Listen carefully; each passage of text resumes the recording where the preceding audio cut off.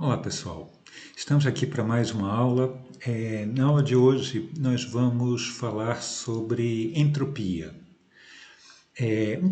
Na última aula nós falamos de ciclo de Carnot, que era um ciclo formado por duas adiabáticas e duas isotermas, e como consequência ele era um ciclo reversível. E um dos resultados que a gente obteve foi esse aqui, que eu escrevi aqui, né?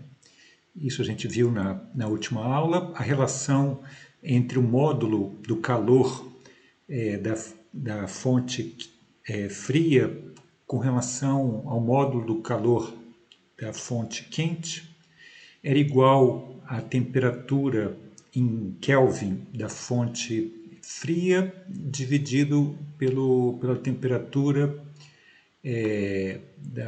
da fonte quente, sempre tudo em Kelvin. Agora, essa expressão a gente pode reescrever ela dessa maneira aqui, só passando esse QH aqui para cima e esse TC aqui para baixo. Esse resultado ele vale independente se a gente está considerando esse ciclo de Carnot girando no sentido horário, que corresponde a uma máquina, ou no sentido anti-horário, que é quando a gente tem um refrigerador, né? Bom, a gente sabe que, independente se é num caso ou no outro, sempre você tem esses dois tipos de calor, o calor da fonte quente e da fonte fria, e eles sempre têm sentidos contrários, né?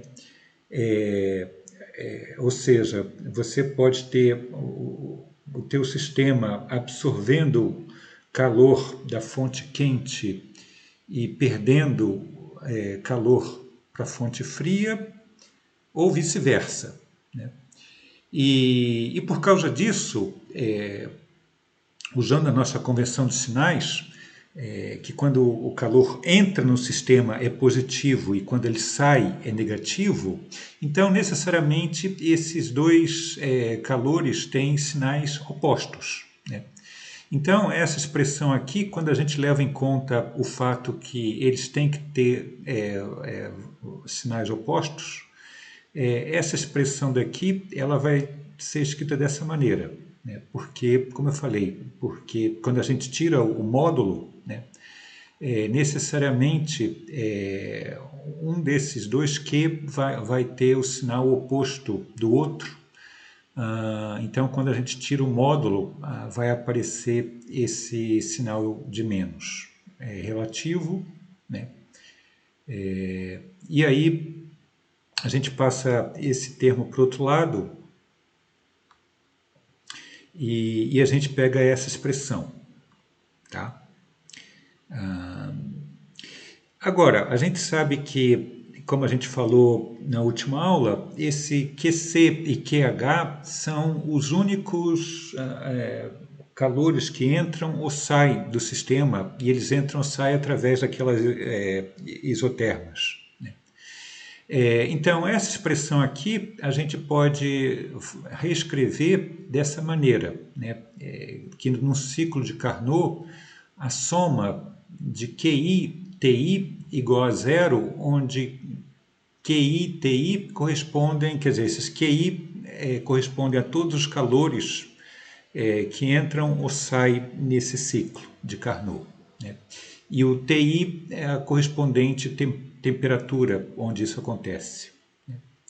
Agora, o que a gente vai mostrar é que a gente vai estender esse resultado para qualquer ciclo reversível.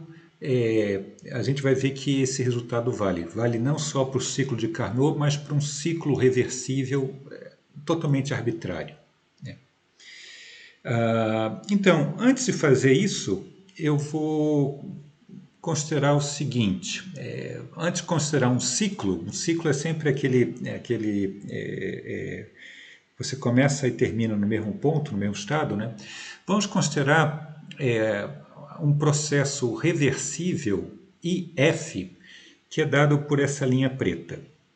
Essa linha preta aqui é o meu processo IF e ele é reversível. Tá?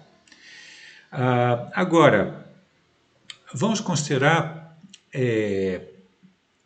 um conjunto feito de duas adiabáticas e uma isoterma.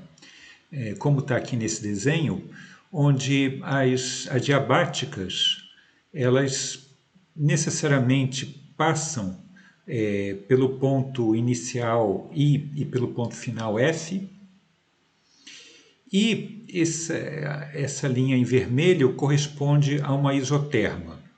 A princípio, essa isoterma, ela pode estar, digamos, ela liga essas duas adiabáticas, mas ela pode estar aqui mais para cima, mais para baixo. E a maneira como a gente fixa essa isoterma é da seguinte forma.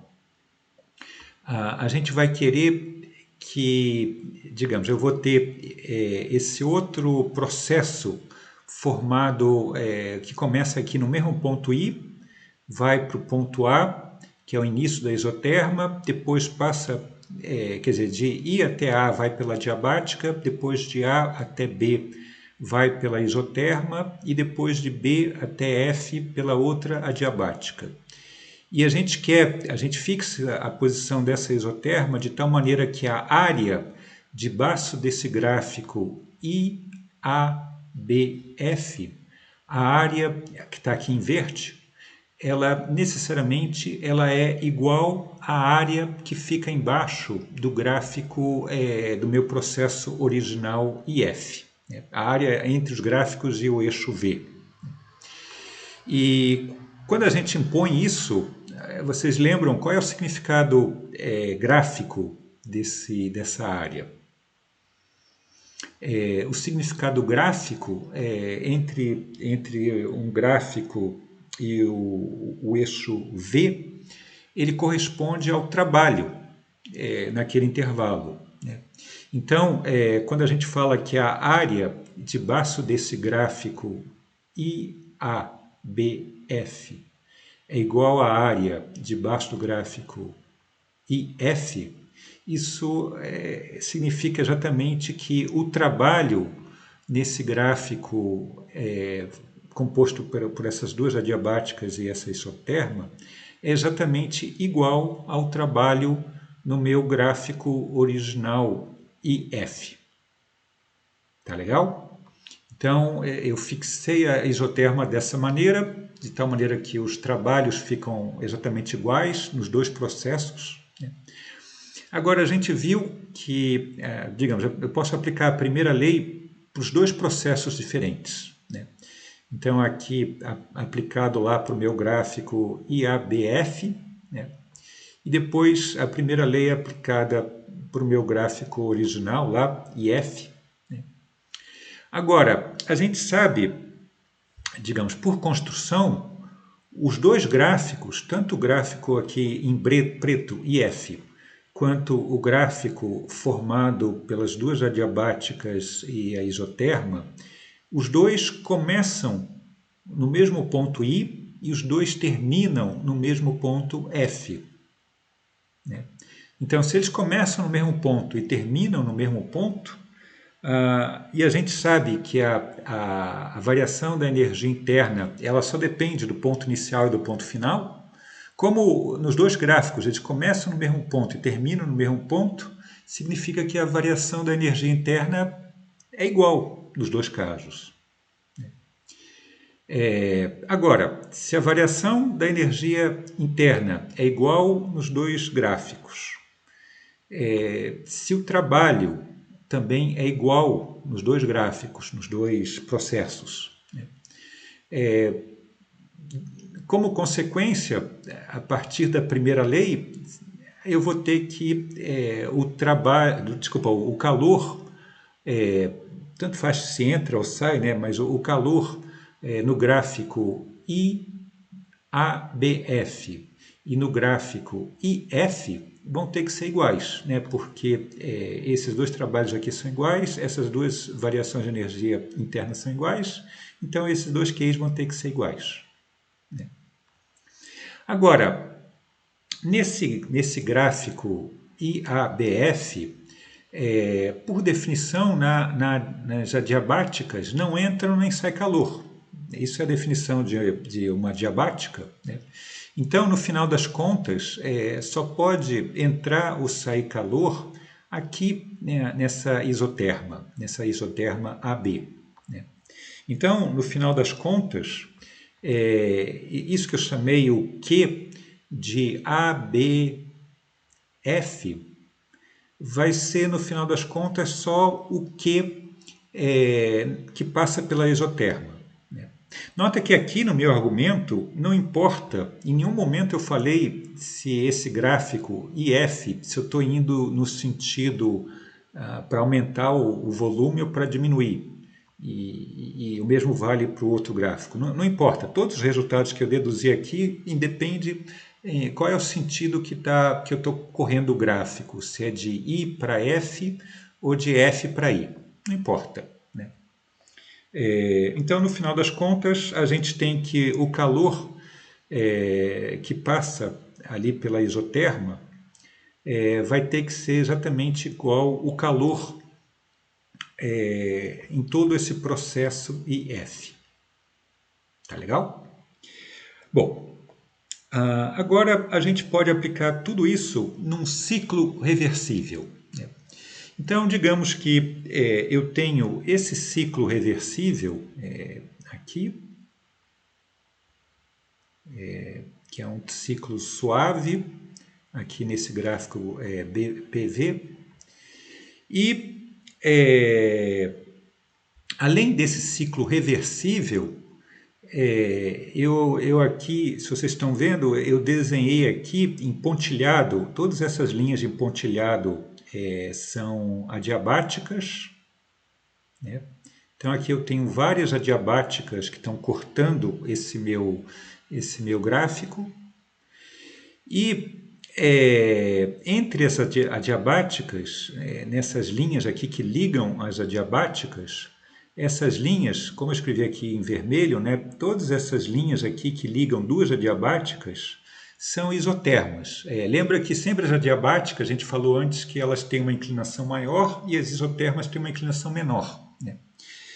E a maneira como eu construo, digamos, como eu coloco aqui uma isoterma entre duas adiabáticas, eu faço isso exatamente satisfazendo essa regra que eu fiz aqui, né? Você pode pensar esse gráfico que eu escrevi aqui como sendo uma ampliação de qualquer um desses pontinhos, né? Por exemplo, aqui. Tá? Então, aquilo que eu escrevi ali em cima seria uma ampliação disso aqui, por exemplo. Tá? Então, cada uma dessas isotermas que estão unindo duas adiabáticas, ela foi, como eu falei, ela foi colocada lá satisfazendo aquela regra que eu escrevi ali em cima. Ou seja, o calor, tanto faz, ou entra ou sai aqui nessa isoterma, vai ser exatamente o calor que passa aqui no gráfico original entre essas duas adiabáticas, né? Isso para cada uma entre duas adiabáticas a gente faz isso, tá? Tá legal? Então assim que eu tenho, digamos, o meu ciclo reversível suave, né? E eu construí esse zigue-zague, né, esse gráfico zigue-zague, formado por adiabáticas e isotermas, e como ele satisfaz aquela regra que eu falei agora há pouco, nesse gráfico zigue-zague, todo o calor, a soma de todo o calor que entra e sai nesse zigue-zague é exatamente igual à soma de todo o calor que entra e sai no meu gráfico original, tá? No meu ciclo original, né? Agora, um resultado bastante interessante é o seguinte, se você olhar aqui só para essa primeira parte, entre essas duas adiabáticas, você vê que eu tenho essa isoterma que eu chamei AB e essa outra que eu chamei de DC. Então, digamos que isso aqui está rodando de tal maneira que eu tenho um calor que entra aqui, ele está rodando como um motor, né? Então, você tem um calor que entra aqui, entre AB, a essa temperatura T1, e eu tenho um calor que eu chamei aqui de Q2, que está saindo aqui entre esse D C, e aqui suponha que essa isoterma tem essa temperatura T2, né? Então eu tenho um calor Q1 que entra a T1 e um calor Q2 que está saindo a temperatura T2 aqui. Agora você pode pensar, eu tenho aqui eu tenho aqui duas adiabáticas e eu tenho essas duas isotermas. E você pode pensar, digamos, essas três linhas aqui, eu fecho com essa quarta linha, isso aqui vai formar exatamente um ciclo de Carnot, né? Então, digamos, em particular, essas duas isotermas aqui são duas isotermas que pertencem a um ciclo de Carnot. Esse ciclo aqui, né? Então, vou desenhar e depois eu tiro. Então, eu tenho esse ciclo e você vê que essa linha AB e essa linha CD, elas formam, são isotermas desse ciclo de Carnot, e a gente viu que o calor que entra e sai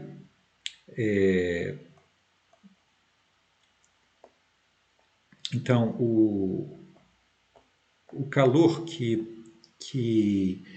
entra e sai de um ciclo de Carnot, a gente escreveu agora há pouco, né? Ele satisfaz essa relação daqui, né? Para aqueles correspondentes calores Q1, Q2 e as correspondentes temperaturas. Agora, se a gente pega esse par de isotermas EF e HG, vai estar entrando um calor Q3 aqui no EF, a uma temperatura T3, e saindo um calor Q4 aqui a uma temperatura T4. E agora, mais uma vez, essas duas isotermas, elas fazem parte, você pode pensar que são duas isotermas que fazem parte de um ciclo de Carnot. Esse que eu estou colocando aqui, indicando com o mouse. E, portanto, esses calores e temperaturas, eles vão satisfazer essa relação daqui, né? Porque eles pertencem ao ciclo de Carnot. E, bom, eu posso repetir isso para todas as outras isotermas, né? Você vê todas elas, eu pego aos pares, né? E essas isotermas aos pares, eu pego as correspondentes temperaturas, calores e temperaturas, e você vai ter as correspondentes relações. Então eu repito isso para todos os outros pares e somo sobre tudo, e a gente vai ter uma relação como essa. Essa aqui é a relação que a gente vai pegar sobre todos os calores que entram e saem naquele gráfico zigue-zague, né? E a gente pode escrever dessa maneira mais compacta, né? Agora, tudo bem, eu tenho dois gráficos, eu tenho o gráfico zigue-zague e eu tenho o meu gráfico original, né? Agora, o número de adiabáticas que eu coloquei aqui é totalmente arbitrário. Eu posso aumentar, eu posso duplicar, triplicar, quadruplicar o número de adiabáticas, né? E a gente sabe que à medida que eu vou aumentando, eu posso multiplicar por 100, 200, 1000 o número de adiabáticas, né? E cada vez que eu aumento o número de adiabáticas, meu gráfico zigue-zague vai ficando cada vez mais parecido com o meu gráfico original. E quando eu faço esse número de adiabáticas tender para infinito, o que vai acontecer? essas linhas, de uma diabática para outra, a distância entre elas vai tender para zero, né? O comprimento dessas isotermas, consequentemente, vai tender para zero, e o calor que vai entrar e vai sair por essas isotermas vai ser, vai tender para zero, vai ser infinitesimal, né? Então, o que vai acontecer é, esse somatório aqui, eu vou ter um somatório agora sobre o número infinito de isotermas, né? Sendo que o calor que vai entrar ou vai sair por essas isotermas vai tender para zero, né? Então eu vou ter um somatório sobre, como eu falei, um número infinito de isotermas com esses QI tendendo para zero. E isso aqui, e eu faço isso sobre todo o ciclo, né? Isso aqui vocês sabem o que é. Isso aqui nada mais é do que a definição da integral, e essa integral é feita sobre todo o ciclo, né? E aí, quando a gente faz isso, o meu ciclo zigue-zague, ele vai coincidir com o meu ciclo real, né? Então, quer dizer, os dois gráficos vão se tornar o mesmo, né? E, portanto, esse resultado aqui, para o ciclo real, aquele meu ciclo suave, isso aqui que vale, né? A integral de linha em todo o ciclo de dq sobre a temperatura é zero, né? E aqui eu coloquei esse índice R porque nota que, então, esse meu ciclo real ele é equivalente àquele meu ciclo formado por adiabáticas e isotermas. E como a gente viu no caso lá do ciclo de Carnot, quando eu tenho um ciclo todo formado por adiabáticas e isotermas, isso é um ciclo reversível, né? Então, aquele meu ciclo real, e por hipótese era isso que eu estava considerando, né? O meu ciclo real é um ciclo reversível. Então, eu coloquei esse subíndice R, porque isso aqui, porque o meu ciclo, ele necessariamente é um ciclo reversível. Que, mais uma vez, repetindo, ele é equivalente àquela soma de adiabáticas e isotermas, né? E, bom, isso aqui é o chamado Teorema de Clausius. Na realidade, isso aqui é só uma parte. O Teorema de Clausius é um pouco mais geral que isso, mas, digamos, para o caso, ele vale não só para o caso reversível, mas, bom, eu não vou comentar aqui, mas, digamos, para o caso reversível, a gente tem isso aqui, tá? Agora, a partir desse resultado, a gente vai obter o conceito de entropia da seguinte maneira. Então, vamos voltar, agora a gente pega novamente esse mesmo gráfico, bom, esquece aquele gráfico zigue-zague, a gente já colocou os dois coincidindo, né? Então, digamos que eu tenho justamente aquele ciclo reversível, né? Não importa em qual, como ele é reversível, não importa em qual sentido eu estou rodando ele, no sentido horário ou anti-horário, né? E digamos que eu pegue dois pontos arbitrários daquele ciclo reversível, né? E bom, a gente acabou de ver que nesse ciclo reversível vale que essa integral daqui é zero, né? Isso que a gente deduziu. E bom, essa integral sobre todo o ciclo, você pode escrever essa integral dividir em duas, né? Escrever como essa integral aqui, de A a B, vindo por esse caminho, nesse sentido que eu estou apontando aqui com o mouse. Quer dizer, eu estou supondo agora que eu estou fazendo esse ciclo reversível nesse sentido aqui que eu estou apontando com o mouse, tá? Então, a integral sobre esse ciclo rodando dessa maneira, como eu estou indicando, é igual à integral de A a B por esse caminho 1, mais a integral de B a A por esse caminho 2. Tá? É só dividir essa integral por todo o caminho dividir em dois caminhos, né?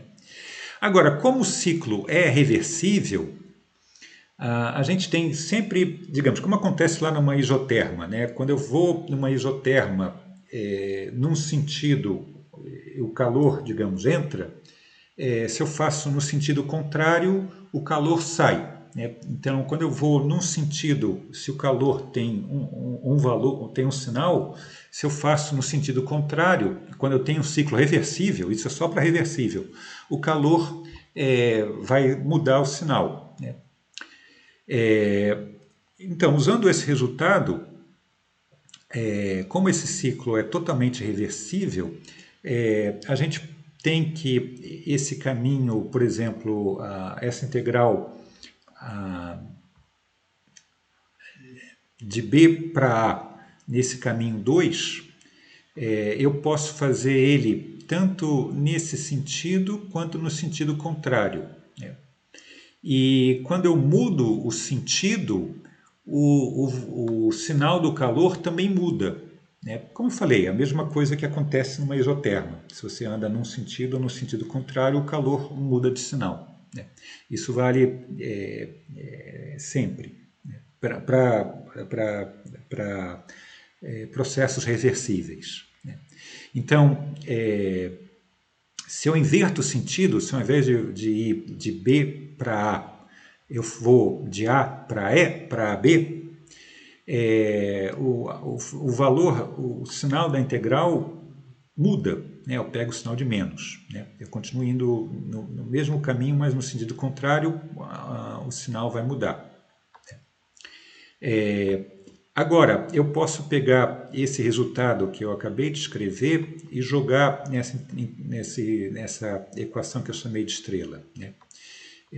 Então, aqui no lugar dessa integral de B para A com sinal positivo, eu substituo, mantendo o caminho 2, né? Mas agora eu inverto, eu coloco de A para B e mudo o sinal. Tá? Então, essa equação estrela, usando esse resultado, eu estou mantendo sempre o caminho 2, né? Colocando aqui, essa integral fica dessa maneira. Tá legal? Agora eu posso passar esse termo para o lado direito. E aí o que a gente obtém?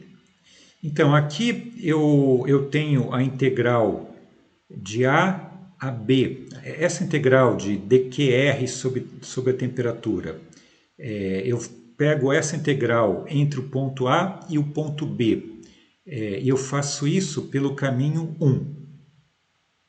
E o que eu acabei de deduzir, quer dizer, eu pego essa integral de A a B nesse sentido. Eu começo em A, vou até B, vou pelo caminho 1. Pelo que eu acabei de deduzir, ela é igual à integral, mesma integral de A a B no sentido de A a B pelo caminho 2. Então agora eu vou, ao invés, quer dizer, o que eu peguei é que a integral entre A a B indo por esse caminho ou indo por esse caminho dá exatamente o mesmo resultado. Tá? Ou seja, se eu posso ir por um caminho ou posso ir para o outro, significa que essa integral ela independe do caminho, ela só vai depender do ponto inicial e do ponto final. Tá? Então, isso é um resultado, deixa eu até colocar aqui nesse retângulo, isso é um resultado bem importante. Então, nota que aqui o importante tudo isso está sendo sempre feito usando esses gráficos reversíveis, esses ciclos reversíveis, né? Um caminho reversível. Tá? Então, nota que essa integral de A a B, no final das contas, só depende desse ponto inicial e final, não depende do caminho que você faz. Agora, vocês já viram isso antes, lá em Física 1, né? A gente viu até também agora em Física 2, mas mesmo em Física 1 você já viu isso. Isso é exatamente o que acontece quando você calcula o trabalho de uma força conservativa, como a força-peso, né? Vocês viram lá na Física 1 que quando você calcula o trabalho de uma força conservativa entre dois pontos, não importa o caminho que você use para ligar os dois pontos, o resultado da integral é a mesma, né, entre aqueles dois pontos. E aí o que aconteceu lá quando você aprendeu esse resultado? Você viu que, como só depende desses dois pontos, isso implica que essa integral você pode escrever ela como uma função tomada, a diferença da mesma função tomada nesses dois pontos, e essa função era o que a gente chamou da função energia potencial, né? Bom, e aqui a gente faz a mesma coisa. Então, aqui a gente tem que essa integral daqui, ela só depende desses pontos inicial e final. Então, a gente fala que existe uma função que eu vou chamar S. S é função das quantidades termodinâmicas, né? P, V, T, né? E bom, essa integral aqui, essa integral de A a B, vai ser igual à diferença dessa função S nesse ponto final, menos a mesma função S nesse ponto A inicial. Tá? Então, como eu falei, isso é exatamente como lá no caso do trabalho, e mais uma vez, repetindo, da mesma maneira que aquele resultado valia quando você calculava o trabalho, mas só para o trabalho de forças conservativas, aqui também não vale para qualquer processo. Aqui, e por isso tem essa letra R, aqui esse resultado só vale quando você liga esses dois pontos por um processo reversível. Da mesma maneira que lá você tinha lá dois pontos inicial e final e eles tinham que estar ligados por uma força conservativa. Aqui é só por os dois pontos têm que estar ligados por um processo reversível. Agora, se essa integral entre A e B ela é a diferença dessa função nesses dois pontos, então você poderia identificar esse dQr sobre a temperatura como o infinitésimo dessa função S, né? Porque a integral, aí nesse caso, a integral desse ds me daria essa função S nesses dois pontos. E bom, essa função S é o que a gente chama de entropia. Tá? Isso é a famosa entropia. E a entropia, você vê aqui pela definição, esse S aparece ou a partir daqui, né? Você vê que a unidade do S no sistema internacional, como você tem aqui em cima calor, e em geral a gente usa Joule para como unidade de calor, e Kelvin, necessariamente esse T tem que estar em Kelvin, né? Então a unidade de entropia vai ser Joule por Kelvin. Tá legal? Essa que é a unidade dessa quantidade entropia. Bom,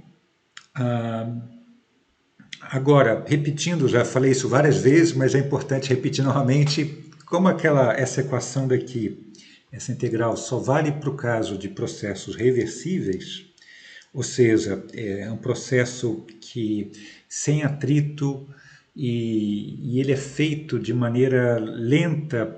Se você tem algum tipo de troca de calor,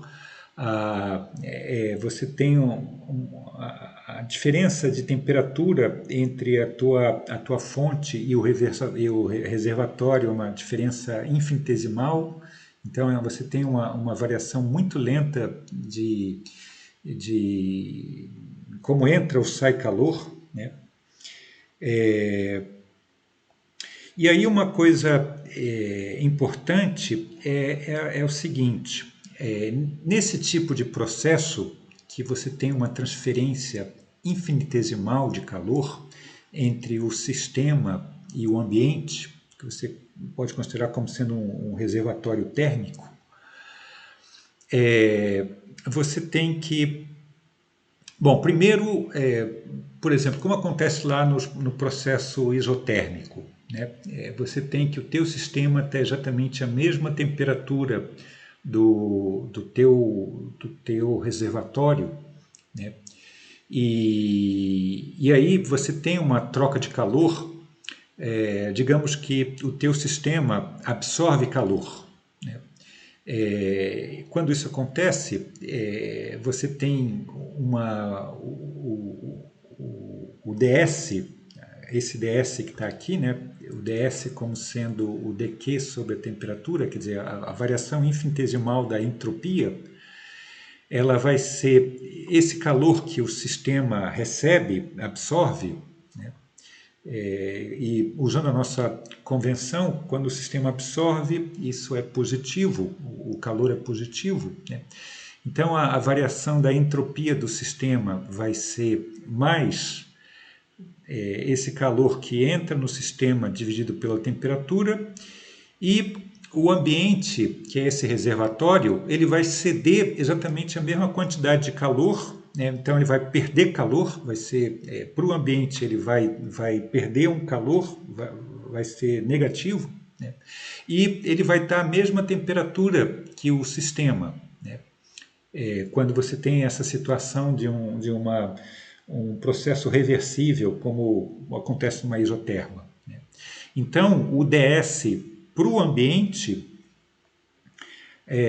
vai ser menos esse dqr, né? O módulo do calor é o mesmo, mas o sinal é oposto, porque o ambiente está perdendo. E como o ambiente tem a mesma temperatura que o sistema, o T que aparece nos dois casos é igual. E aí você vê que a variação da entropia do sistema vai ser o negativo da variação da entropia do ambiente que circunda esse sistema, né? E aí quando você pega a soma das duas coisas, vai dar zero, né? E tudo que eu falei aqui, eu considerei um calor que entra no sistema, você poderia considerar o contrário, digamos, a situação quando o sistema perde. E bom, o raciocínio vai ser o mesmo, só muda os sinais, né? Ao invés de ser mais, menos, vai ser menos, mais.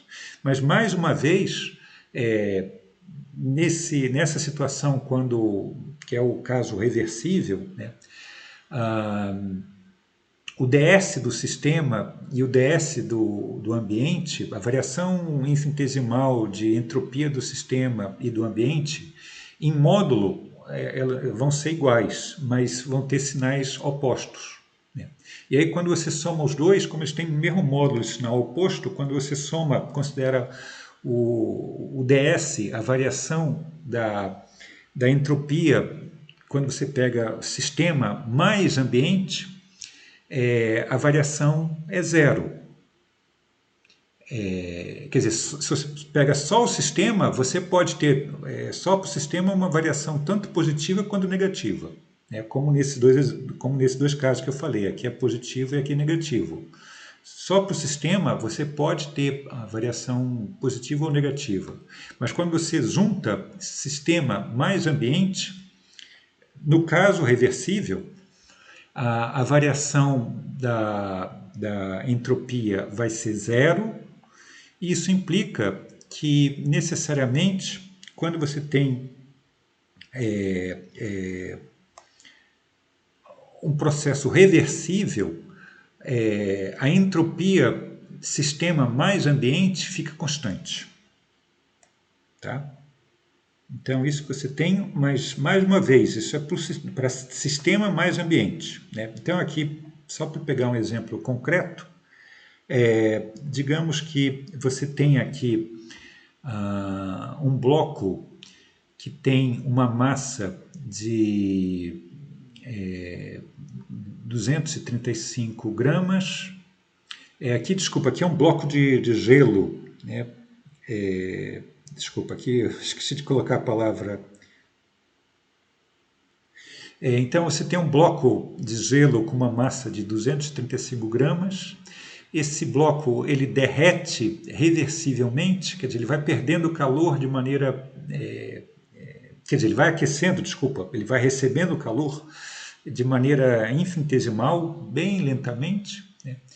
E, obviamente, ele derrete, né? Então ele faz todo esse processo sempre a temperatura 0 graus, ele converte tudo o gelo a 0 graus em água a 0 graus.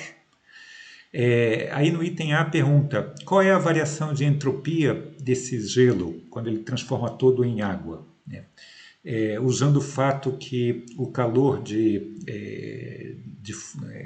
latente do gelo é 333 kJ por quilograma.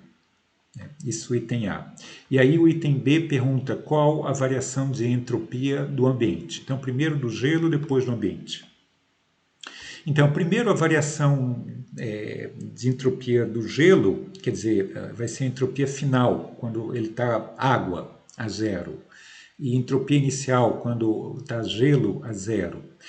Por sinal, uma coisa, como acontece na energia potencial, como vocês viram que acontece na energia potencial, que só tem sentido de falar da variação da energia potencial, aqui para entropia também só tem sentido falar da variação da entropia.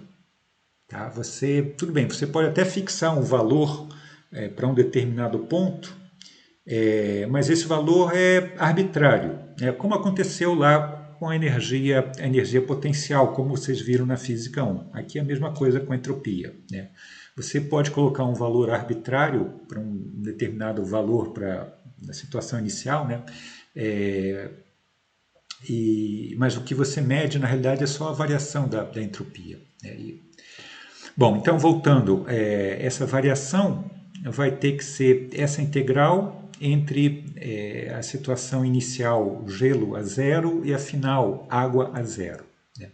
Agora, como todo esse processo aconteceu com uma temperatura constante, essa temperatura T pode sair aqui da integral, aí fica a integral do calor. A integral do calor é o calor total que o gelo absorveu, né?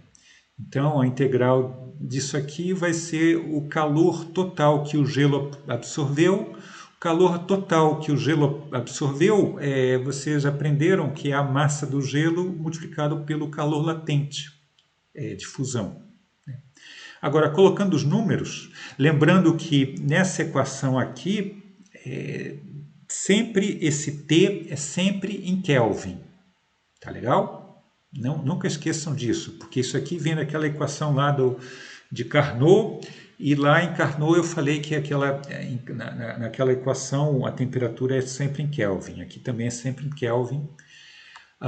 Então, colocando essa temperatura do gelo em Kelvin é 273, a massa, aqui eu tenho que colocar em quilograma a massa é 0,235, e o calor latente, transformando isso aqui para o joule, é 335 mil joules por quilo. Fazendo essa conta, vai me dar 287 joules por Kelvin, a variação da entropia do gelo. Quer dizer, ela teve uma variação positiva. Agora, para o ambiente, a variação de entropia do ambiente. Bom, como aconteceu antes, né, todo o calor que o gelo absorveu foi um calor que o ambiente ou o reservatório deu para o gelo. Cada milijoule, né, e a temperatura, digamos, do ambiente em torno do gelo é a mesma, 273 Kelvin. Né? Então, a variação, quer dizer, esse T é o mesmo, né? Quer dizer, você pensa, você teve para ter essa transferência de calor, isso é uma coisa importante. Então, para haver essa transferência de calor de maneira reversível para o gelo, você não pode ter diferença de temperatura, né? Ou seja, o reservatório da onde esse gelo tirou o calor, ele necessariamente tem que estar à mesma temperatura que o gelo, para isso ser uma transferência de calor reversível. Foi assim que a gente viu na aula passada. Então, esse reservatório da onde o gelo tirou o calor, ele tem que estar à mesma temperatura, ou seja, 0 graus centígrados, que é 273 Kelvin. E o calor que saiu do reservatório foi o mesmo que foi absorvido pelo gelo, só tem a questão do sinal ser oposto, né? Então, a variação da entropia desse reservatório, em módulo é igual, mas o sinal é oposto, né? Então, foi menos 287 joules por Kelvin. E aí, quando você soma as duas variações, vai dar zero, como eu falei agora há pouco. Bom, tudo isso que eu falei foi para o caso reversível. Agora, a gente sabe que o caso reversível é sempre uma situação extremamente ideal. Você despreza todo o atrito, despreza toda a variação, a diferença de temperatura, como eu falei agora, né? Se você tem uma diferença de temperatura entre os dois corpos, a gente aprendeu que o processo é irreversível. Se você tem atrito, é reversível. Quer dizer, basicamente todos os processos reais são irreversíveis. E aí você pergunta como calcular a entropia no caso de processos irreversíveis. Tudo que eu falei até agora era só reversível, né? Bom, o que a gente faz é o seguinte: a gente acabou de ver que entre dois, digamos, aqui eu tinha nesse gráfico que eu desenhei aqui, eu tenho aqui um gráfico, esse aqui é um P, que não ficou muito bom. Então, entre esses dois pontos A e B, eu sei quanto que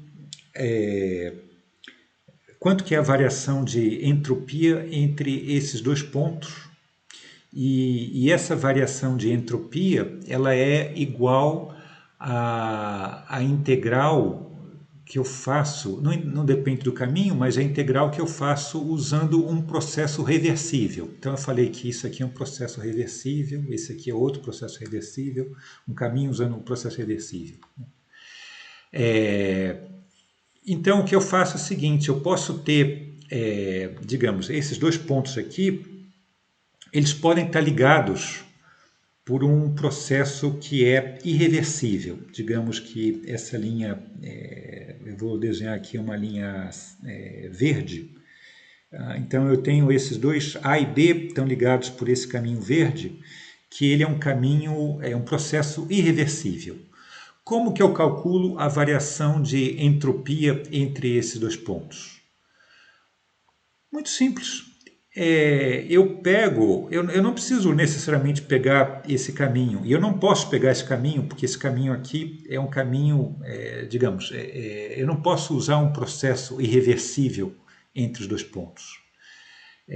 Eu uso para o cálculo entre esses dois pontos um outro processo, não um processo que fisicamente liga esses dois pontos. Eu pego um outro processo qualquer que eu sei que liga aqueles dois pontos, mas que esse processo seja um processo reversível. Tá? Eu vou dar um exemplo, isso pode parecer um pouco estranho, mas eu vou dar um exemplo de como isso funciona. Um exemplo, mais um exemplo concreto, né? Então, a gente usa isso que eu acabei de falar, né? A gente usa o fato de, se eu quero calcular o ΔS entre dois estados em equilíbrio, Se esses dois estados estão ligados por um processo irreversível, no cálculo do ΔS eu não posso usar esse processo irreversível, mas eu posso usar um outro processo que ligue esses mesmos dois pontos, e esse outro processo necessariamente tem que ser reversível, ligando os mesmos dois pontos. Então, vamos ver um exemplo aqui concreto. Expansão livre de um gás ideal. A gente já viu, e isso é uma coisa que ocorre assim, eu quebro, eu tenho todo o gás ocupando aqui um volume inicial e aqui está vácuo. E eu tenho aqui uma parede adiabática, que não deixa entrar nem sair calor de fora para dentro. E aí eu quebro aqui, digamos que isso aqui é um vidro, eu quebro aqui esse vidro, e aí passa, de um instante para o outro, passa parte desse gás para outra câmara. Esse é um processo totalmente irreversível, porque eu não posso... parte desse gás veio aqui para o lado de cá, e ele não, de maneira natural, eu não posso fazer esse gás que está do lado, que agora foi para o lado direito, todo ele vir para o lado esquerdo. Isso é claramente um processo irreversível. E a gente já viu isso antes, nesse processo, o trabalho é zero, o calor é zero, porque as paredes são adiabáticas e, consequentemente, a variação da energia interna também é zero, usando a primeira lei. Agora, digamos que essa expansão, o que está aqui dentro, seja um gás ideal. Tá? Então, a gente está supondo isso, que o gás é ideal, e aí, como o gás é ideal, a gente aprendeu que sempre quando a gente tem um gás ideal, a energia interna ela só depende da temperatura. Isso a gente viu há 2 aulas atrás. Agora, como a variação da energia interna é zero,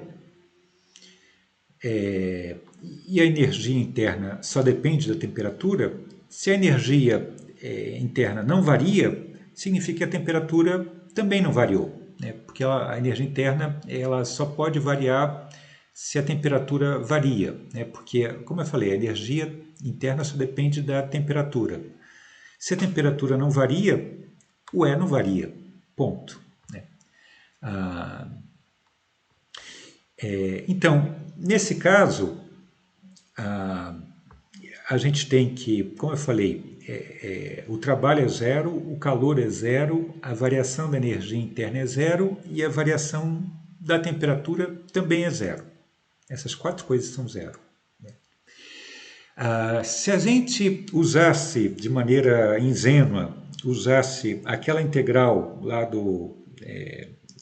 da minha definição da entropia, se eu usasse essa integral naquele processo, usando esse processo irreversível, o que iria acontecer?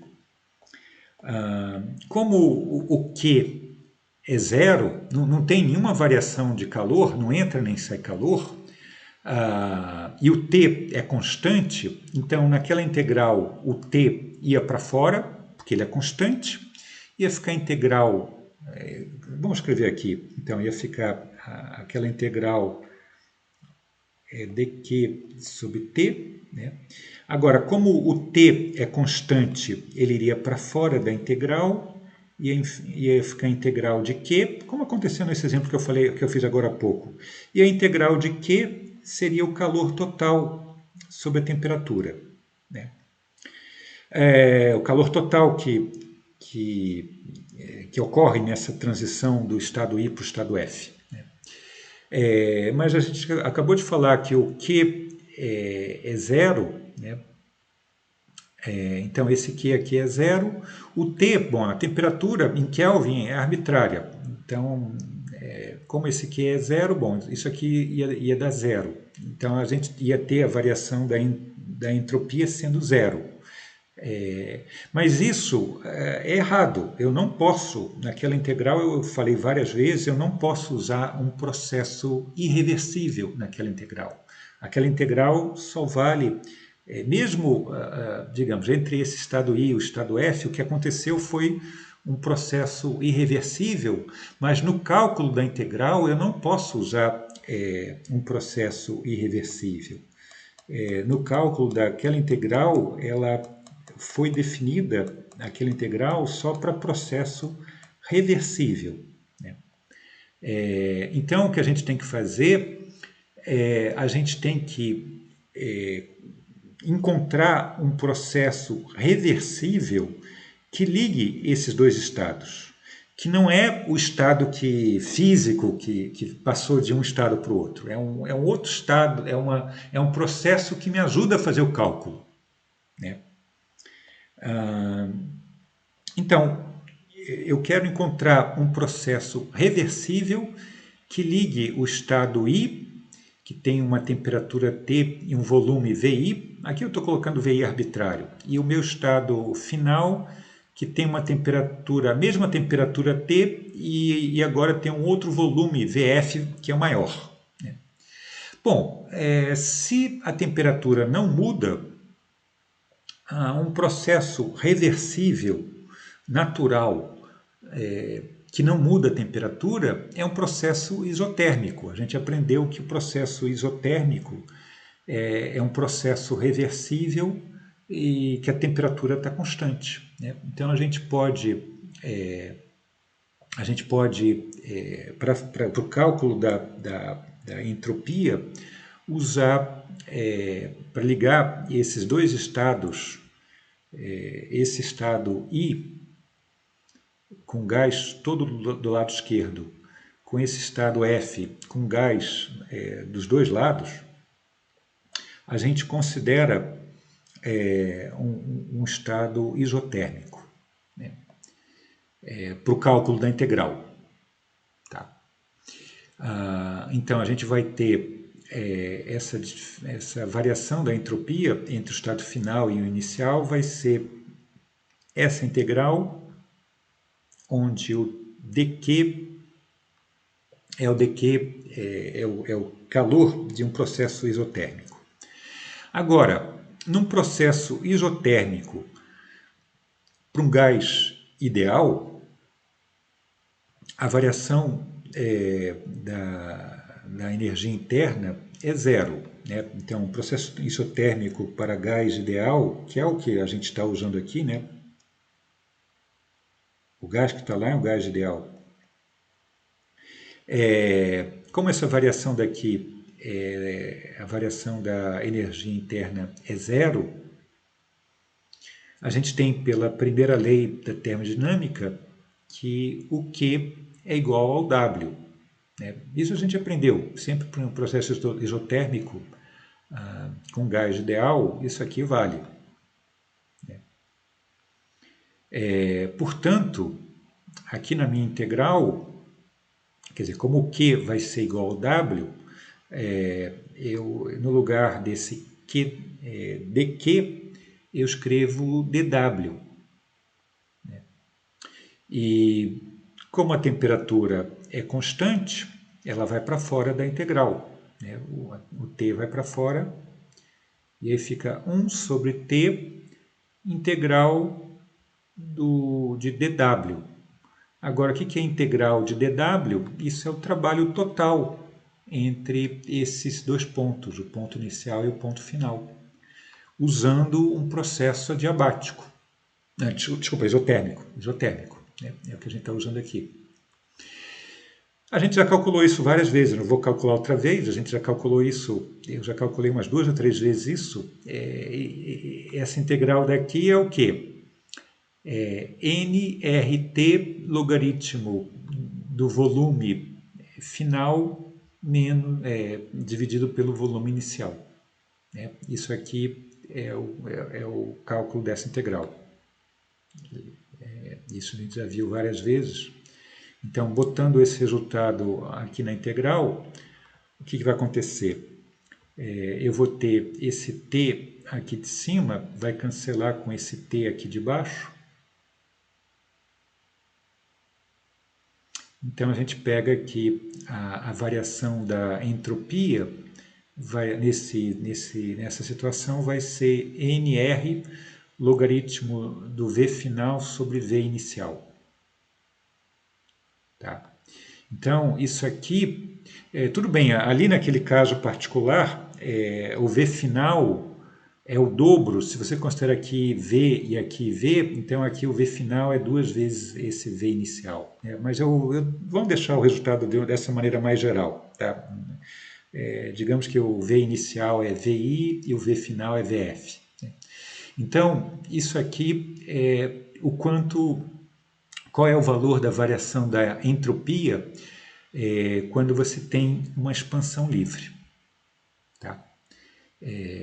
Mais uma vez, esse processo é um processo irreversível, mas na hora da gente fazer o cálculo da integral, a gente não usa esse processo, a gente usa um outro processo que liga um outro processo que é um processo reversível, que liga esses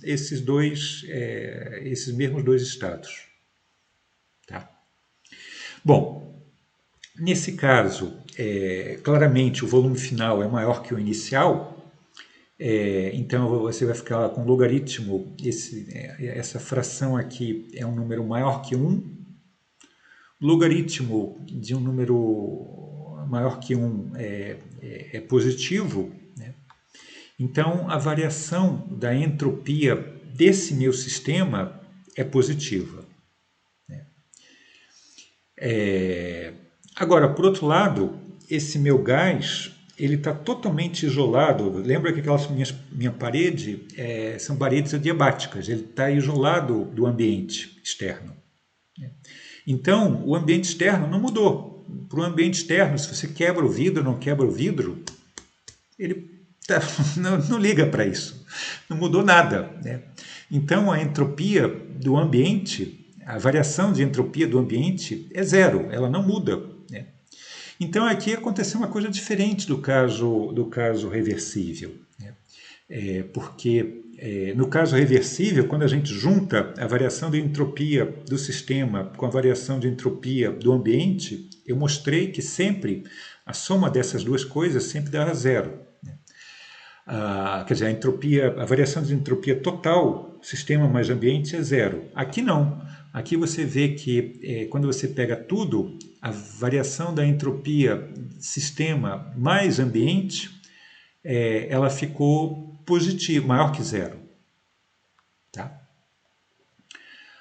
Vamos ver aqui um outro exemplo, né, de outro exemplo irreversível, transferência irreversível de calor. Então, digamos que eu tenho aqui um bloco de metal de massa... Eu tenho dois blocos. Os dois blocos de metal têm mesma massa M, tem mesmo calor específico C. Inicialmente eles estão separados, então isso aqui é uma parede adiabática, eles estão separados, estão isolados entre si por uma parede adiabática.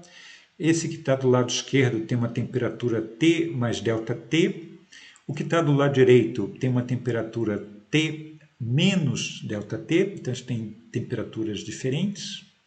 E aí o que eu faço? Aí eu tiro essa parede entre eles, essa parede adiabática, e coloco um junto do outro. O que vai acontecer? Como eles têm uma diferença, quando eu tirar essa parede e colocar os dois em contato, como eles têm uma diferença de temperatura, vai acontecer uma transferência de calor, mas essa diferença de calor ela é irreversível, como a gente já viu nas aulas anteriores. Sempre quando você tem uma diferença de temperatura de um corpo quente para um corpo frio, a transferência vai do quente para o frio, e nunca no sentido contrário, de maneira natural. Né? Então, ocorre essa diferença de temperatura até eles chegarem ao equilíbrio térmico. Como os dois têm a mesma massa, o equilíbrio térmico vai acontecer quando eles tiverem a temperatura T, que é a média das duas temperaturas iniciais. Então, eu quero, digamos que esse aqui é o meu estado inicial, e esse aqui é o meu estado final.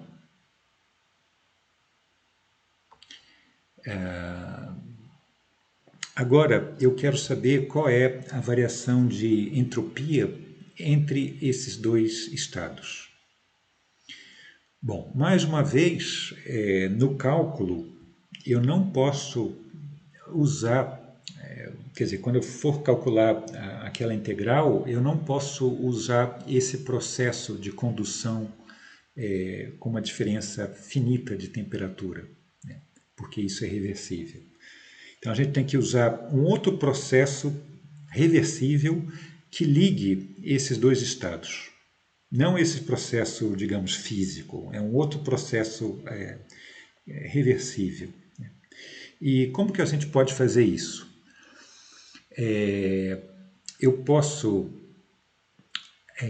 digamos, eu posso ter um reservatório bastante grande que tenha inicialmente a mesma temperatura que esse meu bloco do lado esquerdo, a temperatura T mais ΔT, e esse reservatório aqui é um reservatório que eu posso variar a temperatura de maneira bem lentamente, posso variar de maneira infinitesimal.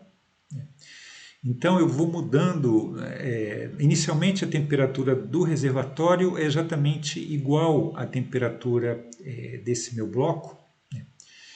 E aí eu vou mudando de maneira infinitesimal a temperatura do meu reservatório, e aí isso faz com que, como a temperatura do bloco está em contato com o reservatório, ele vai também mudar de forma suave, gradual, infinitesimal, né? Quer dizer, o que eu estou falando aqui é um processo isotérmico, né? Reversível, né? De maneira lenta, né? E eu vou fazendo isso, primeiro, digamos, aqui eu coloquei os blocos sem nenhuma câmara, né, mas eu primeiro estou pensando isso só naquela câmara isolada, né, esquece esse outro bloco daqui. Eu vou fazendo isso de maneira gradual até o meu reservatório e, consequentemente, o meu bloco chegar àquela temperatura T, né, temperatura final. E aí, bom, e depois eu vou fazer a mesma coisa com o bloco da direita, né, mas aí subindo a temperatura, né. Mas, digamos, só para fazer o cálculo de uma vez, quando eu faço a variação só desse bloco do lado esquerdo, qual vai ser a variação da entropia para esse bloco mais quente? Então, vai ser a variação da entropia, aqui eu estou chamando T' para não confundir com esse T, o T que é a temperatura final do bloco, né? Então eu estou colocando aqui uma linha. Então eu tenho que calcular essa integral e nesse processo daqui até aqui eu tive uma transferência de calor de maneira gradual por uma variação infinitesimal de temperatura, então isso é um processo reversível, e nesse processo o calor que foi transferido aqui para esse bloco foi, digamos, esse bloco tem um calor específico, eu esqueci de falar, então, está aqui, ó. Então, os dois blocos, eu falei, eles têm a mesma massa M, tá? A massa dos dois blocos é M, e os dois blocos também têm o mesmo calor específico C, né? E inicialmente estão isolados, como eu estudei naquele desenho, né?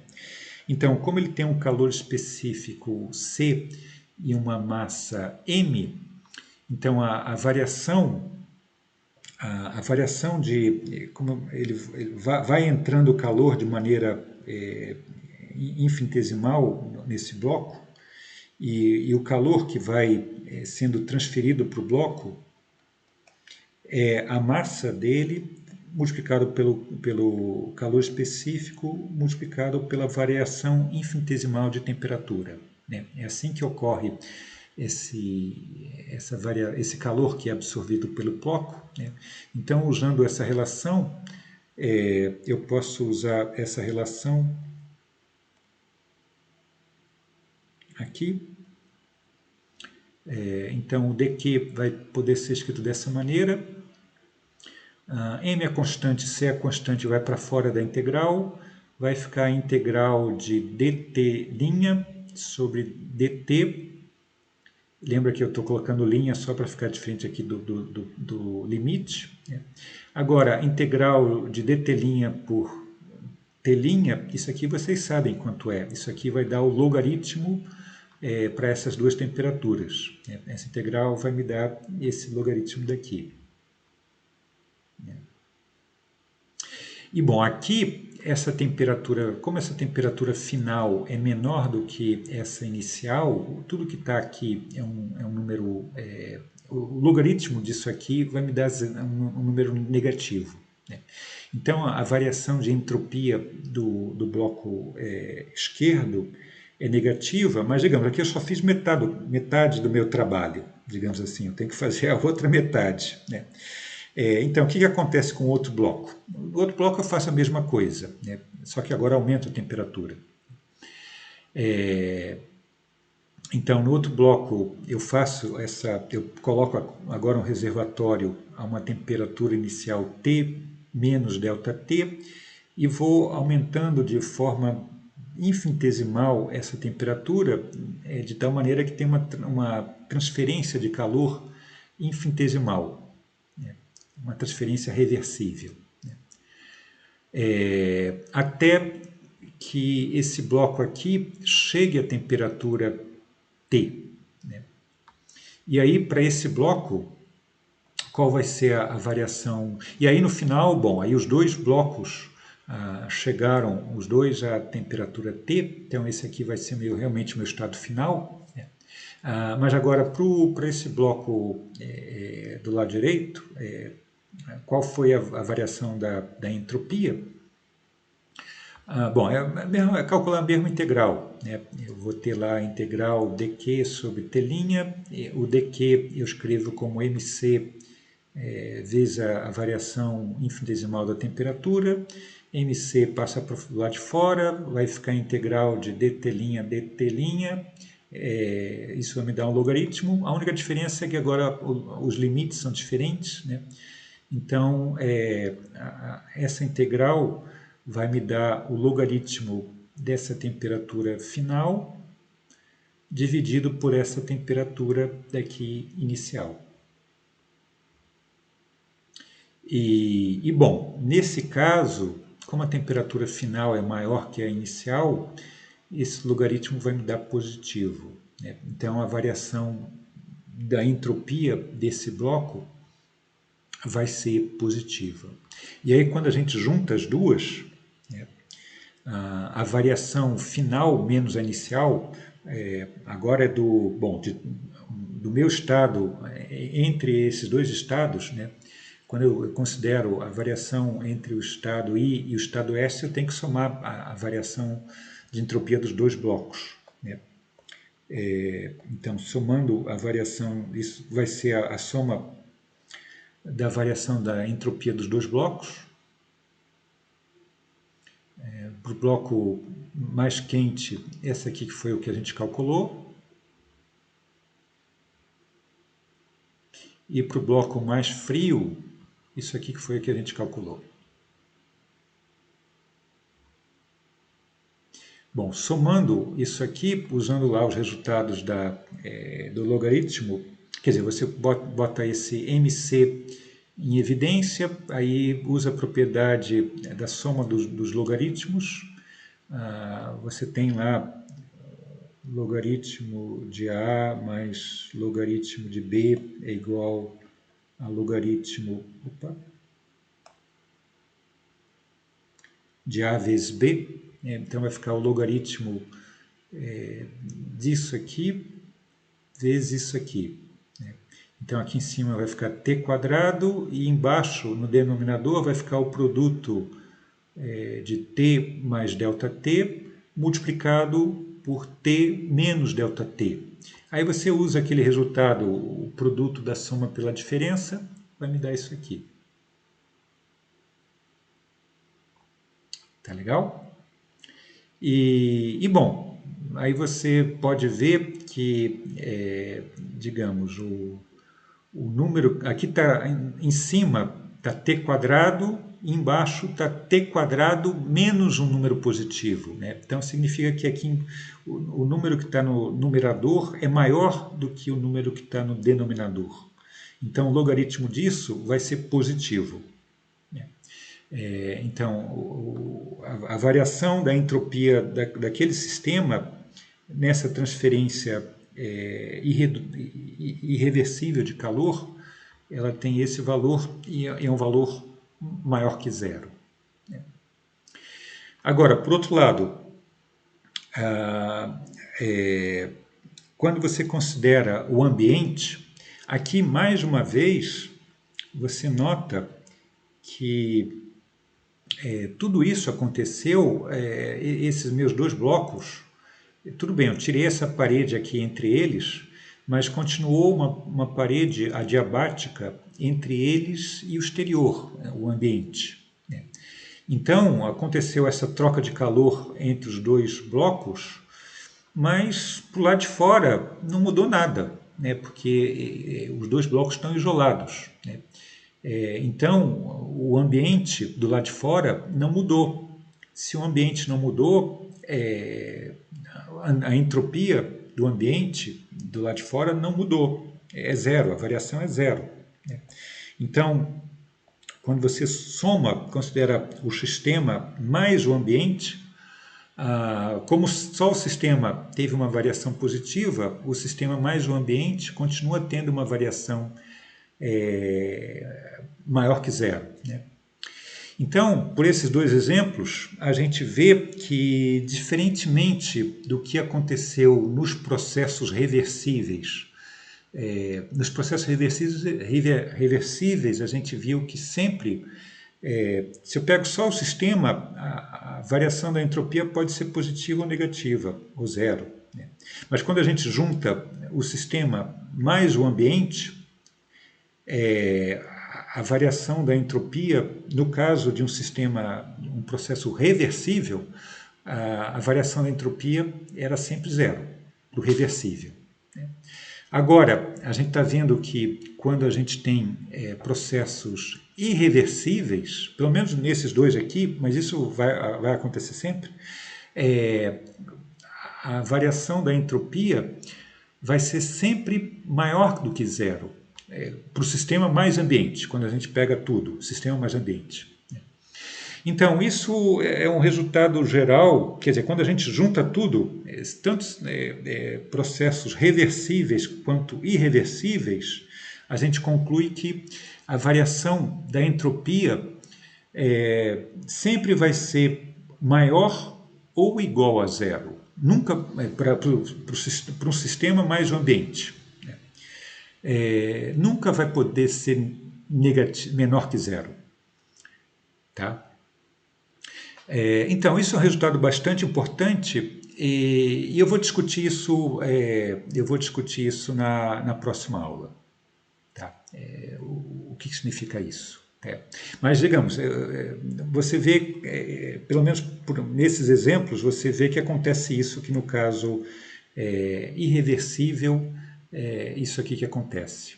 E no caso reversível, a gente fez a prova geral, não só em exemplos, né, que no caso reversível era igual a zero. Mas, bom, isso a gente deixa para a próxima aula. Então, então a gente fica por aqui nessa aula e nos vemos na próxima aula. Até mais.